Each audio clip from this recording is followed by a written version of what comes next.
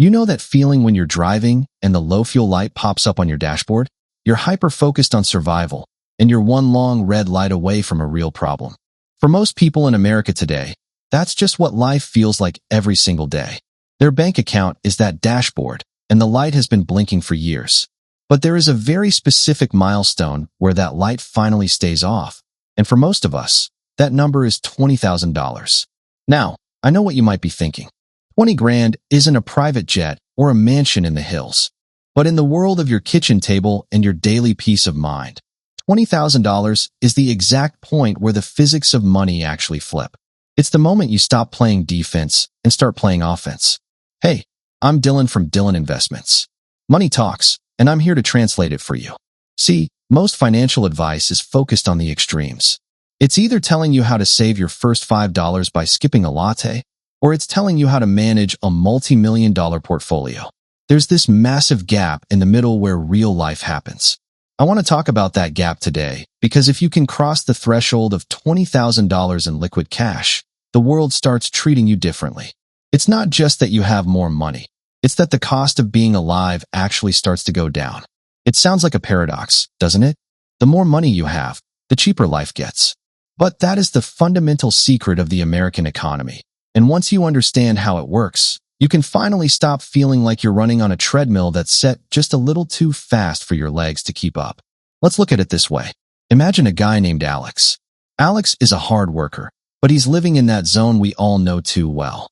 He's got maybe $1,500 in the bank at any given time. He's doing everything right, but he's living in a world of high-friction physics. When Alex's car makes a weird grinding noise, it's not just a mechanical issue. It's a full-blown existential crisis. Because he doesn't have a cushion, he can't afford to fix the problem when it's a $50 sensor. He has to wait until it's a $1,200 transmission failure. And because he doesn't have the $1,200, he puts it on a credit card with 24% interest. Now, Alex isn't just paying for the car, he's paying a poverty tax to the bank every month. His life is expensive specifically because he doesn't have enough money to make it cheap. This is the gravity of the survival trap, and it's where most people spend their entire lives. Here's where this gets interesting.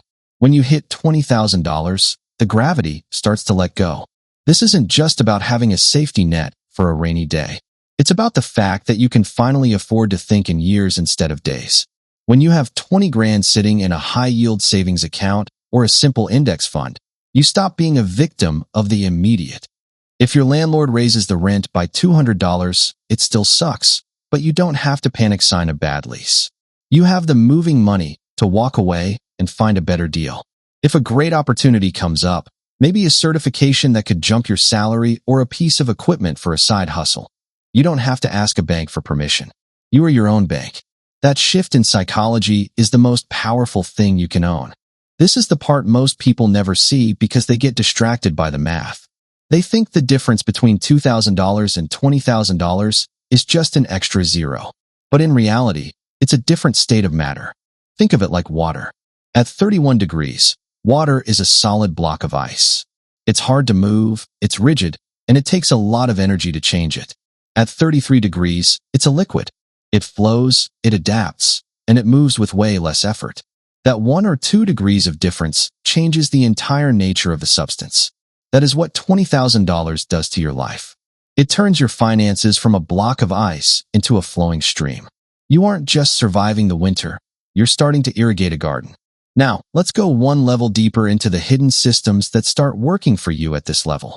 When you have $20,000, you start to realize that the American economy is basically designed to punish people with no money and reward people with some money.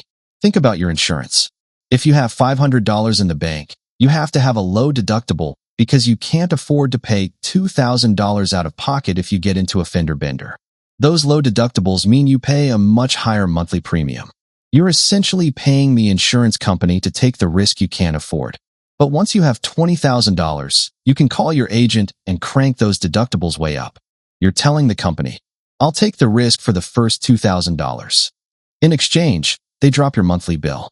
You are literally keeping more of your paycheck every single month just because that 20 grand is sitting there doing nothing. It's a silent employee that works for you 24 hours a day. This is where things quietly go wrong for people who don't understand the trap of the middle ground. Often, when someone hits $10,000 or $15,000, they feel rich for the first time. They see that comma in their bank balance, and the dopamine hits hard. This is the moment they go out and put a down payment on a truck that costs $60,000, or they decide it's finally time to upgrade every piece of furniture in the apartment. They kill the momentum right before it reaches escape velocity. If you can resist that urge and push through to $20,000, $30,000, or $50,000, you enter a zone where your money starts making its own babies. If you have $20,000 in a decent fund, it might make you $100 a month just by existing. That's your cell phone bill paid for by your money, not your labor. That's the first taste of true freedom, and once you taste it, a new car smells a lot less like success and a lot more like a cage. Remember that moment I mentioned earlier, when you open your bank app and feel that pit in your stomach? This is the exact mechanism behind that feeling. It's the feeling of having no options. When you have $20,000, that pit disappears. It's replaced by a sense of, I can handle it. That change in your nervous system makes you better at your job, better at negotiating, and better at making long-term decisions. When you aren't desperate for a paycheck, you carry yourself differently. You can tell a toxic boss to kick rocks because you know you have a 6-month runway to find something better. Ironically, the less you need the money, the easier it is to get more of it, because you're negotiating from a position of strength rather than a position of, I need to pay rent on Friday. To make this less abstract, let's talk about a friend of mine. We'll call him Jason. Jason worked in a warehouse, and for years, he was stuck in the cycle. He'd save up $3,000, the car would break, and he'd be back to zero. He felt like he was cursed, but he made a pact with himself to hit $20,000 no matter what. He took extra shifts, he ate more rice and beans than a human should, and he drove a car that looked like it was held together by duct tape and prayers. But the day he hit $20,000, something shifted. He wasn't just a warehouse worker anymore. He was a guy with a stake. A few months later, his company announced layoffs. Usually, this would have been a disaster. But Jason didn't panic. He used that moment to realize he hated the warehouse.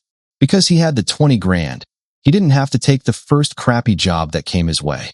He took 2 months off, studied for a commercial driver's license, and landed a job that doubled his salary.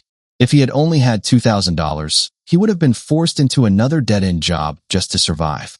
That $20,000 was the bridge to his new life. Now, here's the twist. The system is actually terrified of people like Jason.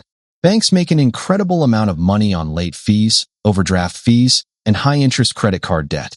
They love it when you are at the edge of the cliff because that's when they can charge you the most for a rope. When you have $20,000, you stop being a customer for their high-fee products and you start being a customer they have to compete for. Suddenly, they're offering you better rates and preferred status. They stop charging you to have an account and start paying you to keep your money there. This is the hidden corner of finance. The rules literally change based on your balance. It's not fair, it's not particularly kind, but it is the reality of the world we live in. My goal is to make sure you're on the side of the fence where the rules work in your favor. If you only remember one idea from this video, make it this one. $20,000 is the escape velocity of the middle class. Below that number, life is an uphill battle against friction and fees. Above that number, you start to get the benefit of momentum. You stop paying for your past mistakes and start buying your future freedom. It's the point where you stop being an observer of the economy and start being a participant. You start to see things not in terms of what does this cost, but what is the return on this? This shift in perspective is what separates the people who stay stuck from the people who eventually build real wealth. So, how do you actually get there without it taking 20 years? It starts with a shift in how you view every dollar that leaves your pocket. I like to think of every dollar as a little soldier. If you spend that dollar on a night out or a pair of sneakers, that soldier is gone. He's retired. He's not coming back. But if you keep that dollar and put it toward your $20,000 goal, that soldier is on guard duty. He's protecting you from emergencies. And eventually, he's going to go out and recruit more soldiers for you through interest and investments. When you view your bank account as an army rather than a pile of stuff you haven't bought yet, your behavior changes naturally. You start to value the protection and the power of the army more than the temporary thrill of the purchase. Here's where I'd start if I were you. First, look at where your leakage is. We all have it.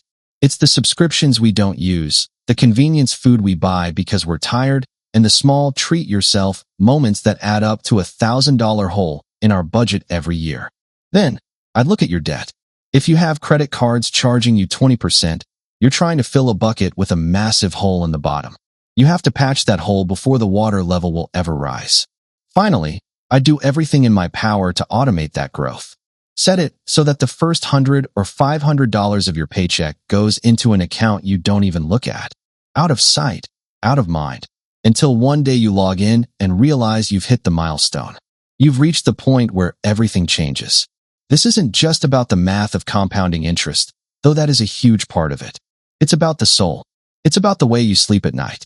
There is a deep, physical weight that leaves your shoulders when you know that no matter what happens tomorrow, whether the car dies, the roof leaks, or the boss has a bad day, you are going to be okay. You have bought yourself the most valuable commodity on the planet, time. Time to think, time to pivot, and time to breathe. Most people never get to experience that feeling because they are constantly trading their future peace for a temporary present. But I'm telling you, the view from $20,000 is worth every single sacrifice it takes to get there. Now, let's go one level deeper into what happens once you've secured that base. This is the part that gets me excited. Once you have your $20,000 mode, your investment strategy can change. When you have no money, you're forced to be conservative because you can't afford to lose a dime. When you have a massive surplus, you can afford to be aggressive because you've already secured your survival. But in that middle zone of 20,000, you can finally start taking calculated risks. This is where you might put a few thousand into a more volatile stock, or start that small business you've been dreaming about, or buy a rental property. You have the stability to withstand a dip, which means you have the ability to catch a surge. This is how the wealthy keep getting wealthier. They aren't necessarily smarter. They just have the capital to stay in the game long enough for the odds to work in their favor. If this made a few things click for you, save this video so you can revisit it the next time you're tempted to dip into your savings for something you don't really need. It's a marathon, not a sprint, and sometimes we all need a reminder of why we're running in the first place.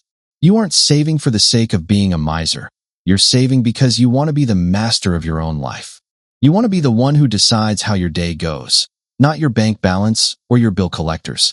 That is the ultimate goal of Dylan Investments, to give you the tools to translate the language of money into the language of freedom.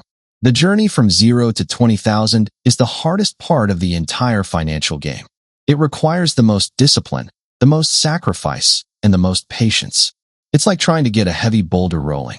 At first, you're straining with everything you've got, and it barely moves an inch. You feel like you're failing. But once that boulder starts turning, it picks up its own momentum. Eventually, you don't have to push nearly as hard to keep it moving faster and faster. Most people quit while the boulder is still heavy. They don't realize that they were only a few feet away from the downhill slope. Don't be that person. Keep pushing. Stay focused on that $20,000 mark, and watch how the rest of the world suddenly starts feeling a lot more manageable. Now that you understand why the first 20,000 is the magic number, the next thing you need to understand is how to actually protect that money from the two biggest wealth killers, inflation and taxes. It's one thing to build the moat. It's another thing to make sure the water doesn't evaporate. I've spent a lot of time breaking down how the tax code in the US is actually a series of incentives for people who have moved past the survival stage, and that's exactly what I'm going to decode for you next. Because once you have the money, the game changes again, and you need a new playbook for this new level. I want you to take a second and just imagine yourself a year from now. Imagine logging into your bank app and seeing that balance starting with a 2, followed by 4 more digits. Imagine the silence in your head when you think about your bills. That's not a pipe dream. It's a mathematical certainty if you follow the principles we talk about here. It won't happen overnight, and it won't always be easy, but it will be worth it. You deserve the peace that comes with financial stability.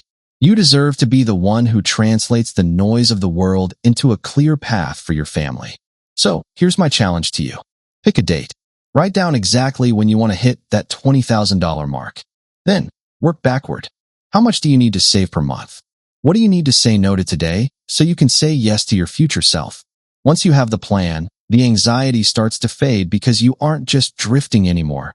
You're navigating. You're the captain of the ship now, and even if the waves are high, you know exactly where you're heading. The horizon is a lot closer than it looks, I promise. Everything changes after 20,000 because you finally stop being a servant to money and money starts being a servant to you. It's a quiet revolution, happening right there in your savings account, but it's the most important one you'll ever lead. You have the power to change your trajectory. You have the ability to break the cycle of not enough and enter the world of more than enough. And once you're there, you'll look back at the person you are today and thank them for having the courage to stay the course. I'm Dylan from Dylan Investments. Money Talks, and I'll keep translating it for you. Have a good one, my friend.